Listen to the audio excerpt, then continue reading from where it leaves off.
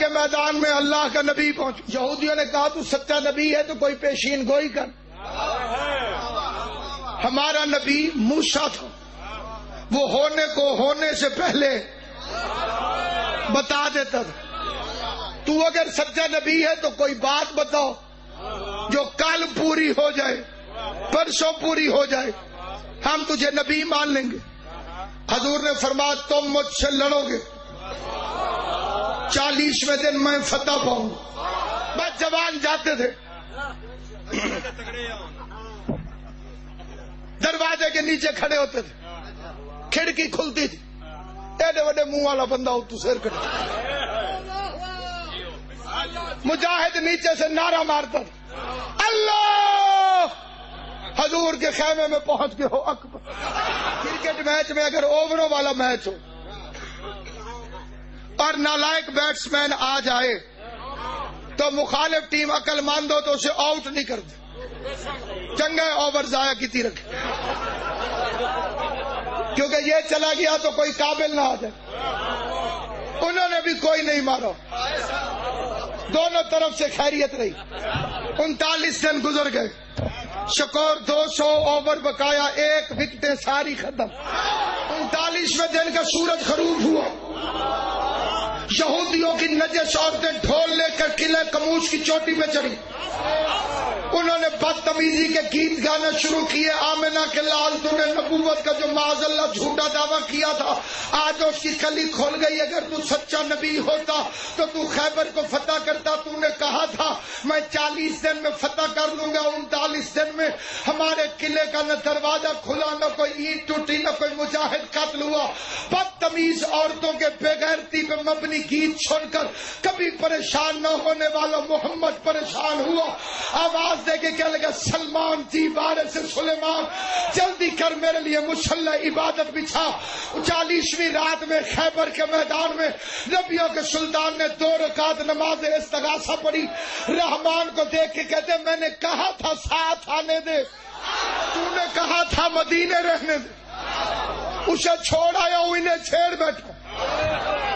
کل میری صداقت ہو جائے گی ختم، پھر نہ میں صادق نہ تو اللہ. پریشان پیغمبر کے پریشانی کے لہجے میں گفتگو کو سن کے مطمئن لہجے میں خدا کا جواب آیا. گھبراتا کیوں ہے؟ وہ سبق پڑھ جو نبوت کی یونیورسٹی میں ہم نے ہر نبی کو پڑھا کے بھیجا تھا کہ کبھی مشکل آئے تو کہنا ہے ناد علی. شہید محسن نقوی کے اللہ درجات بلند کرے. سید نے کہا تھا ناد علی پڑھو کہ عقائد کی جنگ ہے. یہ دونوں ہاتھ اٹھا کے علی کو پکارنا ہے، یہ مصطفیٰ کی سنت ہے. مدینے کی طرف رخ کر کے کہا ناد علی جن. یا ناطق نے سامت کو بند کیا کمبر جی وارث ممبر جلدی کر گھر سے ذوالفقار لے آ. محمد کی مسجد سے ولائے علی کی قبائے بے مثل پہن کر کمبر خرامہ خرامہ چلتے ہوئے بطول کی چوکھٹ میں آیا. کمبر نے ارادہ کیا دروازے پہ ٹکل باب کروں، ابھی ہاتھ اٹھایا تھا کہ دروازہ کھلا. فضا کی آواز آئی بھائی کمبر ذوالفقار لے. حیرت کے سمندر میں کمبر غوطہ زن ہوا. تھوڑی دیر کے بعد باہر نکلا تو ہوش آئے. حیران ہو کے کہتے بہن فضا میں نے ذوالفقار مانگی تو نہیں، تجھے کس نے بتایا میں ذوالفقار لینے آیا ہوں؟ مسکرا کے کہتی ہے باہر کے غلام اور ہوتے ہیں، اندر کی کنیز آ جاتی ہے. حیدر کرار آئے، آواز دے کے کہا یا رسول اللہ کب تک لڑوں؟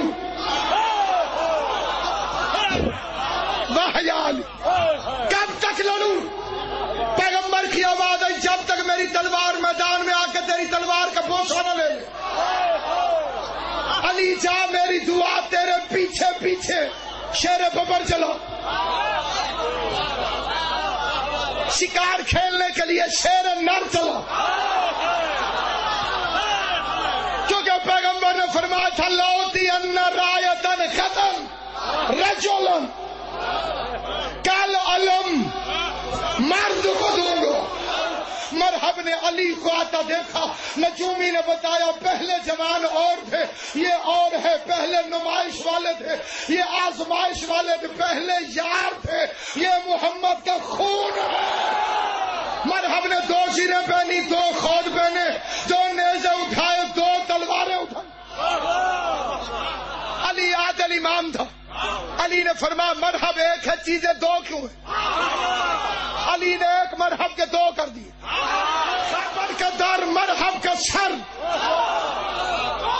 دونوں ہوا میں اڑ گئے۔ آگے پیغمبر نے مال دیکھا، سونے کی بوریاں، چاندی کھجوریں، ہر ایک کو آدھا حصہ، علی کو دگنا حصہ۔ ایک بندے نے بھی اعتراض نہیں کیا، سرکار ہم 39 دن لڑے، ہمیں آدھا، علی 1 دن لڑا، علی کا دگنا، علی کا دگنا۔ ان کی چپ بتاتی ہے کہ مسئلہ جانتے تھے، مرد کا حصہ عورتوں سے دگنا ہوا کرتا۔